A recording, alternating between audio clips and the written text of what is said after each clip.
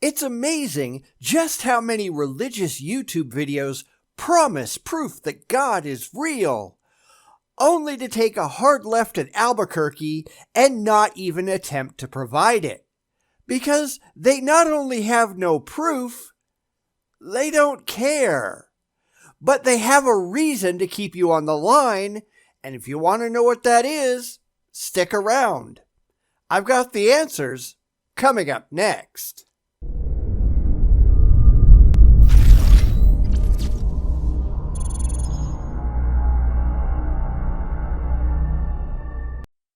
There's a church channel called Concordia SA for San Antonio. It gets pretty much zero viewership, even though it's been around for a long, long time. But they're a very good example of why religion is such a scam, even if the preachers seem to be completely unaware. It's just a bunch of hand-waving nonsense with clickbaity titles and mindless appeals to the already faithful, because anyone who didn't already buy into this religious nonsense, they would just laugh and walk away. But how do they know that God is real? They don't. They don't care. It's all just a sham. How do we know God is real? I believe, but sometimes I feel He doesn't answer my prayers and my asking of Him. See, this is actually a very good question. But we all know that the religious won't have a good answer for it.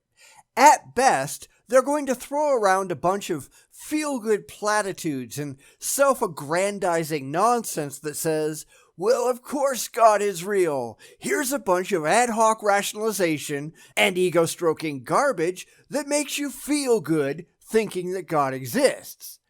But of course, we have absolutely no evidence.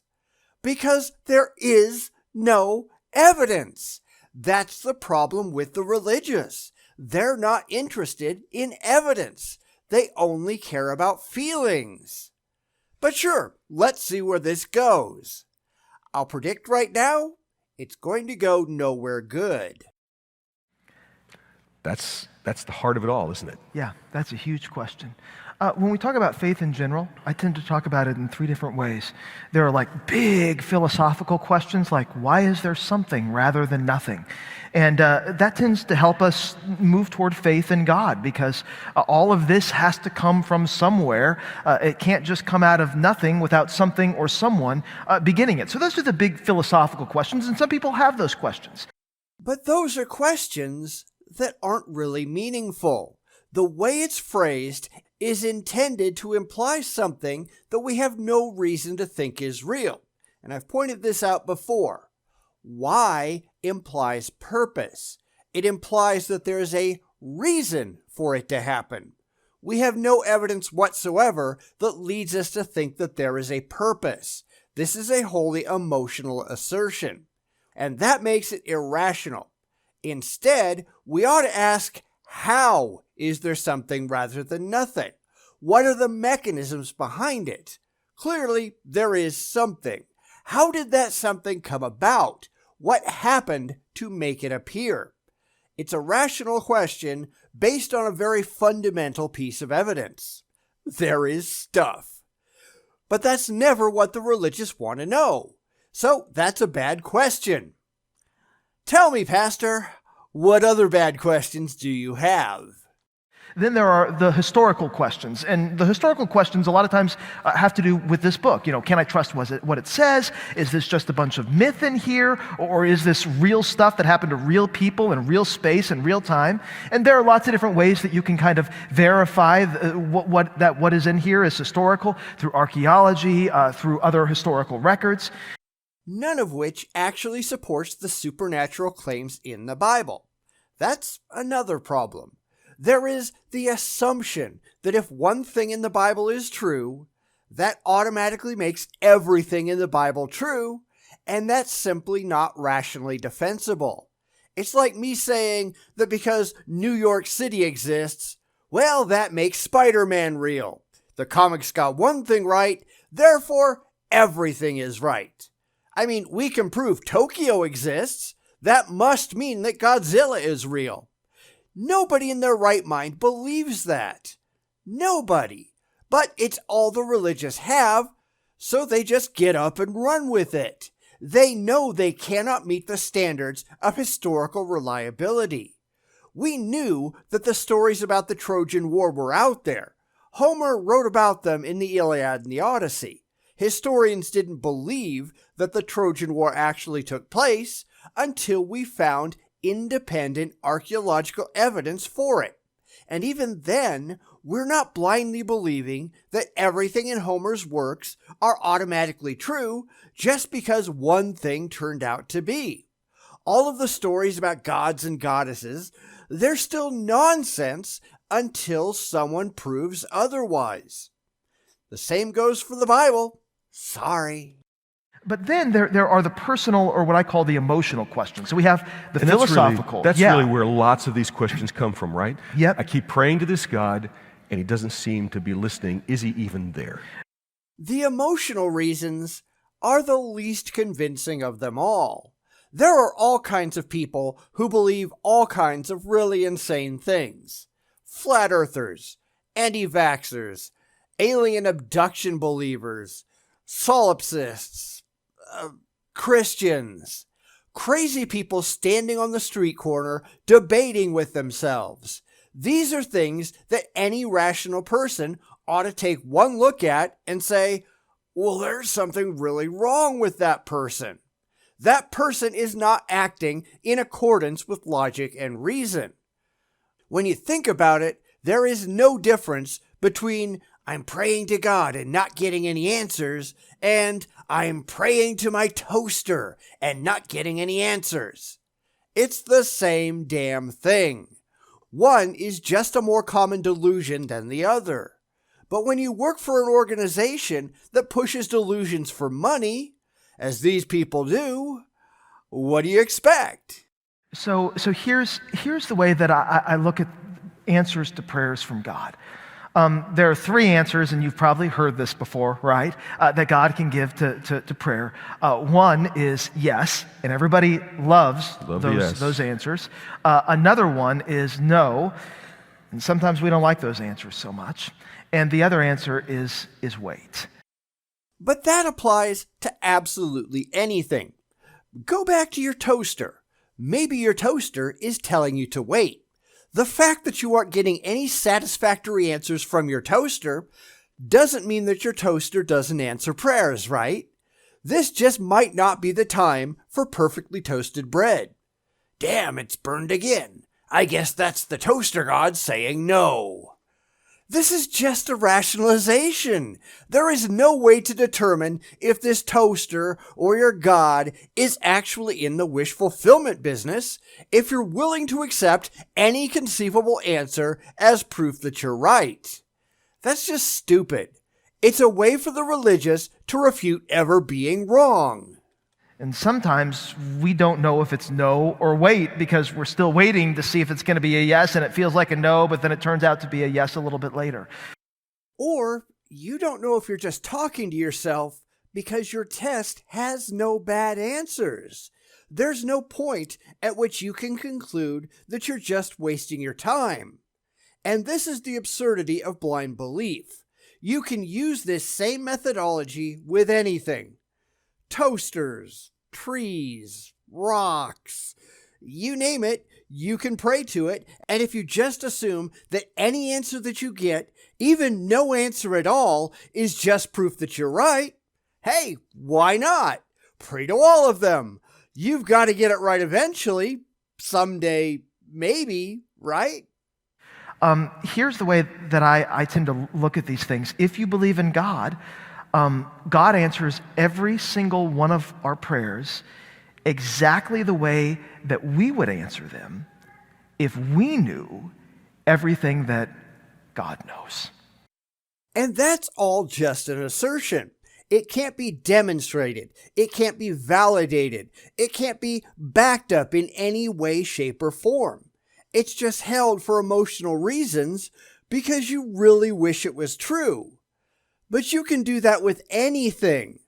If you believe in Bobo the tree god, if you believe in Zippy the magical elf, if you believe in invisible, intangible, universe-creating pixies, you can't ever be wrong because there's no impetus to be right.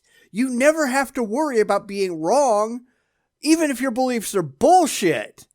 But some of us care if our beliefs are bullshit, believe it or not. We care about believing as many demonstrably true things as possible and rejecting the things that simply have no corroboratory evidence. And that's unfortunately not you people. You people have problems. Yeah, say that again, because I love that statement. So God answers every single one of our prayers exactly the way that we ourselves would answer our prayers if we knew everything that God knows. It doesn't become more profound the more often you repeat it. Stupidity doesn't get less stupid with repetition. It doesn't become more rational just because you wish that it was. But as we all know, this isn't about being intelligent. It's about being emotionally comforting. It's why people fall for religious cults. It makes them feel good to think what they think. Then they wind up dead wearing tennis shoes, or gassed in a Japanese subway, or littering a field with a cup of Kool-Aid in their hand. Just because you people aren't as extreme as those examples, it doesn't make you any better than those examples. Because he has our best interest at heart. Well, that's an assertion. How is that any better than saying, invisible, intangible, universe-creating pixies have our best interests at heart? How do you know that? Where did you get that information, and how did you objectively test it to see if it's true? Because you didn't. You just bought into it because it felt good. It's like assuming that Cthulhu has your best interests at heart. Cthulhu likes you because you're crunchy and taste good with ketchup. It's why Cthulhu cultists tend to die fast. They're not that smart. And he knows when sometimes we need a no or a wait instead of a yes. That's the promise from Romans, isn't it? Well, that's the empty claim in your big book of multiple choice. But your video is titled, How Do We Know God is Real? And you haven't come up with a single legitimate reason yet. In fact, every reason you've thrown out there has been laughably absurd. If you're not already a gullible git snorting the religious mind poison sauce, none of this makes any sense at all. And that's why these people aren't making videos for us. They're making videos for the rubes. They're making videos for the people who are sitting in the audience, ready to toss money in the collection plate, because this is all ultimately a scam. And the terrible part about it is that these guys may not be in on the scam. They may be just as gullible as the sheep in the pews. They're doing it because someone above them told them to. It's hard to get sadder than that. That God is working all things together for our good. That doesn't always feel like it. We can't always see it. We don't always understand it. And so that brings us to another part. If you are in the midst of a struggle, and if you've been crying out to God and asking for Him to do something, and He doesn't seem to be answering, it doesn't seem like He's even listening at all, rather than just sort of staying isolated and listening to the rumors of the devil where he's telling you there is no God, or God doesn't care for you, or oftentimes he says God's not listening to your prayers because you're a bad person. Don't listen to that nonsense. Seek spiritual help. Yes, go find someone who can reinforce your delusions. Like these two. You know, because you're their meal ticket and they need you to stick around. Because, really, think about it. If these two are part of the scam, they know that what they're saying is a lie, and they just want you to stick around because it benefits them. What else would you expect them to say? Oh, if you don't believe it, go ahead and leave. Of course not. They need you a lot more than you need them. They're up there, standing in front of a group, wearing their silly golden dresses, spewing a line of nonsense, and the only way they get paid is if you stick around. There is literally no difference between these two and those old school snake oil salesmen, Except that these two might not even know it's snake oil.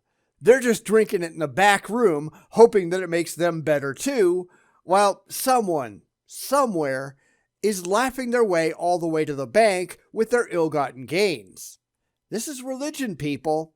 It's really not that hard to understand.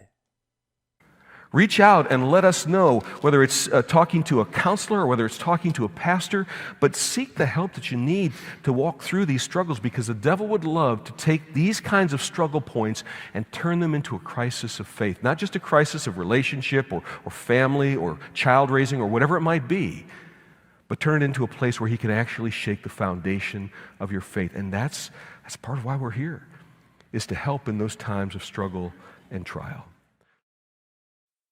To keep you coming back. Because if people get wise to your scheme, you'll have to get real jobs, and you certainly don't want to have to do that. Really, look at the way any of these scams, religious or not, actually work. You don't think pyramid schemes don't operate the exact same way? You don't think essential oil scams aren't using the same line to keep people coming back, using the us versus them dichotomies, trying to demonize their critics, telling them, well, we're your family, and encouraging you to toss your real family out on their ears if they're not part of the cult? Look it up. This is how they all work. And that's something the religious just don't want you to recognize. Because, as we knew going in, this wasn't about how to know that God is real. They're not interested. They've already got suckers on the line. All they care about is keeping them addicted and keeping the money rolling in. They aren't interested in evidence, just slick-talking rhetoric that will convince the rubes to stick around and keep shoveling their money in their direction. It's a stage show, even if the two on stage don't know that it's all make-believe. It's why they don't want anyone to ever step back and start asking the wrong sort of questions. It's detrimental to their economic health. It's why a lot of these religious groups, once someone leaves for any reason, they get insulted and attacked and put down so that others don't leave as well. It's all a scam, people. It always has been, and it always will be. There isn't an ounce of honesty anywhere in it. Once you start to compare it to other known scams, you realize that it's all the same thing. Religion isn't special. Religion is a joke. It's just a joke with a high price tag. It's why they don't want you to start thinking inappropriate thoughts or asking inappropriate questions. Their BMWs are on the line. So they've got to keep you ignorant, because if you catch on, they lose. And they certainly can't have that, can they?